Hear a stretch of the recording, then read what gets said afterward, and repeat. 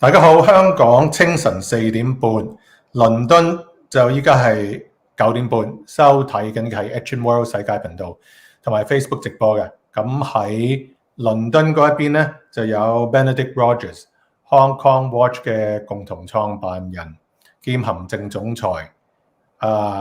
Ben, it's good to have you appearing at renewal, and I know today is your last day as the capacity as president of Hong Kong Watch. I just read it from Chase News, actually.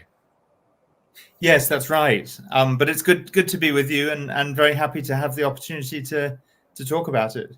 Okay. But first of all, my deepest gratitude to you for all you have done for Hong Kong, specifically for some of the outspoken activists who are in jail. You know, like you have been lobbying globally for Hong Kong's sake. Thank you for doing that. But first of all, I want to ask you, is it a little bit of a fatigue? People say after you are in protest mode for so long, people need a transition. But I only read it, as I alluded to earlier, from Chase News. Can you tell us why this transition?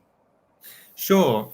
So the first thing I would really like to reassure viewers and listeners is that I am definitely not leaving the Hong Kong movement. I'm committed to the Hong Kong movement for as long as it takes. I love Hong Kong. I will always love Hong Kong, and I'll always campaign for freedom.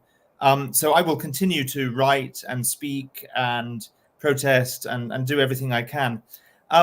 But what I felt was that after 4 years full-time at Hong Kong Watch, essentially I felt in need of a new challenge, a new opportunity to learn and to grow. And that, as I say, that doesn't mean abandoning Hong Kong, but it means just in terms of my own working life, embracing a new challenge. I have to admit, I didn't go looking for the new challenge. I didn't apply, or I wasn't looking for jobs, but it was offered to me, and I thought it was a very interesting opportunity. But I will be, as well as not leaving the Hong Kong movement, I will also not be leaving Hong Kong Watch. I co-founded Hong Kong Watch, and I would never just walk away. So I'm moving from being full-time to being on the board of trustees, and I will be a very active trustee of Hong Kong Watch. Okay. Now, for your next role, I guess it's got to be a few weeks later or right away on Monday. Can you? No, it's a little bit. It's actually a few weeks later. I agreed with my new employers that I would have a month between jobs, because I had actually already planned a little bit of holiday in August before I even knew about this new job. So I will start on the 2nd of September at a new organization called the Alliance for Responsible Citizenship, ARC. And I'll be the director of research at ARC. ARC is a new kind of movement aimed at trying to strengthen, restore, revive, defend Western civilization. So the freedoms that we enjoy in free societies in the West, which is not unrelated to the work I've been doing for Hong Kong, but obviously it's a little bit different. And in the month that I have between finishing my full-time job at Hong Kong Watch and starting my new job, I'll be having a little bit of holiday, and I'm also going to be doing a retreat next week in a monastery, a Benedictine monastery in the Isle of Wight, which is an island in the south of England. So I'll have a chance to rest and be refreshed before I start the next adventure. Well, it's always good to have a spiritual renewal. And a lot of activists, they just don't have the time to think and reflect. And this is something very good, I guess, for people who are speaking up for Hong Kong. But back to the Hong Kong Watch future. Now, you are the spokesperson. You are the figurehead. People know of you when they think about Hong Kong Watch. It's Benedict Rogers. There will be a transition, just like when Captain America, right, in the Marvel comic, when Steve Rogers died, there's a new Captain America, and I just realized that they will have a new Captain America ongoing sequel in February 2025. Right. It won't take that long. Would there be the organization looking for a new person, new leadership? Maybe you can tell us a little bit more for the Hong Kong's information.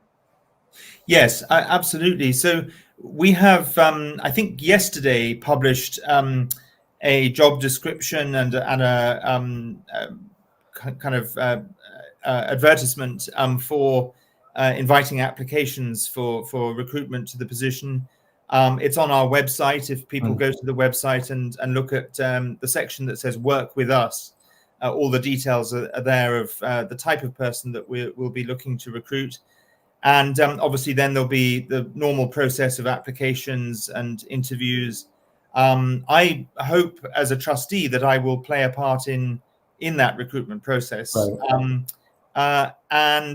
So yes, we will be recruiting a new full-time person to succeed me. But I should also say that I certainly hope to continue to maybe not to the extent that I have done in recent years, but in some way continue to be a spokesperson for the organization. So I'm not just disappearing, and I'm not going to be silent on Hong Kong or China. I see. Are there, you have accomplished so much, definitely. People in the know, even people who remotely try to care about Hong Kong, they know Benedict Rogers.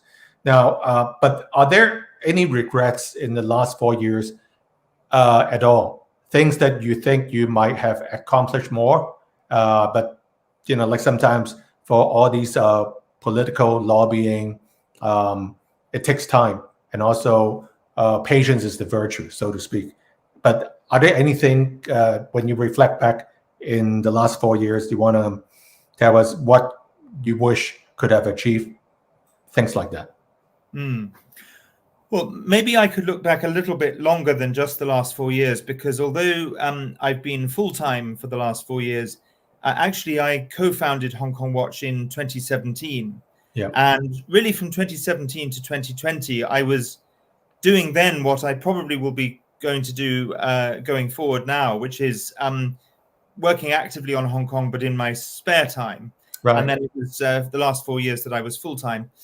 So if I look at the last 7 years since we founded Hong Kong Watch, and even a little bit before then, when I was speaking out on Hong Kong before we even started Hong Kong Watch, definitely there are things that I wish had been done differently.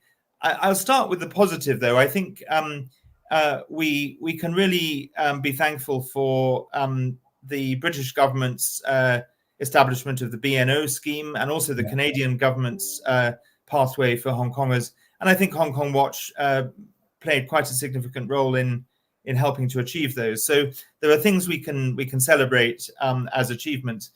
But of course, I would have liked the international community, the British government, the US, Canada, and others to have reacted more robustly and more quickly to the situation in Hong Kong before it deteriorated. And I think if the UK and others had, for example, back in 2014 during the umbrella movement, and even in 2019, if the statements had been stronger, and perhaps if sanctions had been implemented at that time and other measures, maybe it could have prevented the deterioration. I think the other thing that I deeply regret is that up until the imposition of the national security law in 2020, right, I was in almost daily contact with dozens of people in Hong Kong, certainly several times a week, if not daily. Since the imposition of the national security law, I have lost all my contacts in Hong Kong. Many of them, of course, are in prison, and those who are not in prison or in exile are I don't want to contact because it's too dangerous, and that's something I deeply regret. Right. And then I guess the next leadership, the person, the public figure who will be replacing you need to be very strong, need to be very vocal, need to be very determined, because it's not an easy job. Yeah. You know? It's like the Apple Daily first ad when Jimmy Lai was putting up his own ad, lots of arrows shooting to himself. You know, like he knows when he founded Apple, you know, he will have a lot of resistance. And like I said, you know, it's not an easy thing at all. But thank you once again. And I know a lot of Hong Kongers are just catching up with this news. Right. Well, I understand. But I want to reassure Hong Kongers who are just catching up with the news that it shouldn't be as big a shock as it maybe first sounds, because I'm really not leaving you. I will continue to do what I can. And the other thing I should say is, as well as the new person who will take over from me, we also have a really excellent team in Hong Kong Watch. Hong Kong Watch is not just about me. It's a whole team, and I'm very confident that the team I leave in place will continue the excellent advocacy work that they've been doing in London, in Washington, in Ottawa, in the European Union, and beyond. Right. And thank you, Ben. I hope you have a good retreat and also a little bit of touring around Europe. And if you come to Canada, East Coast, West Coast, or DC, let me know, because that's where I usually am. And thank you once again. And I'm sure I will see you either in person or through an arrangement like this, through broadcast. Praying for all the political prisoners will still continue on my side, and all the softer so-called lobbying will still continue. Absolutely. And it will still continue on my side as well. So we'll definitely stay in touch, and I'm sure we can have further conversations like this in the future. Yes. All the best, Ben. Thank you. Thank you so much, Ed. Thank you.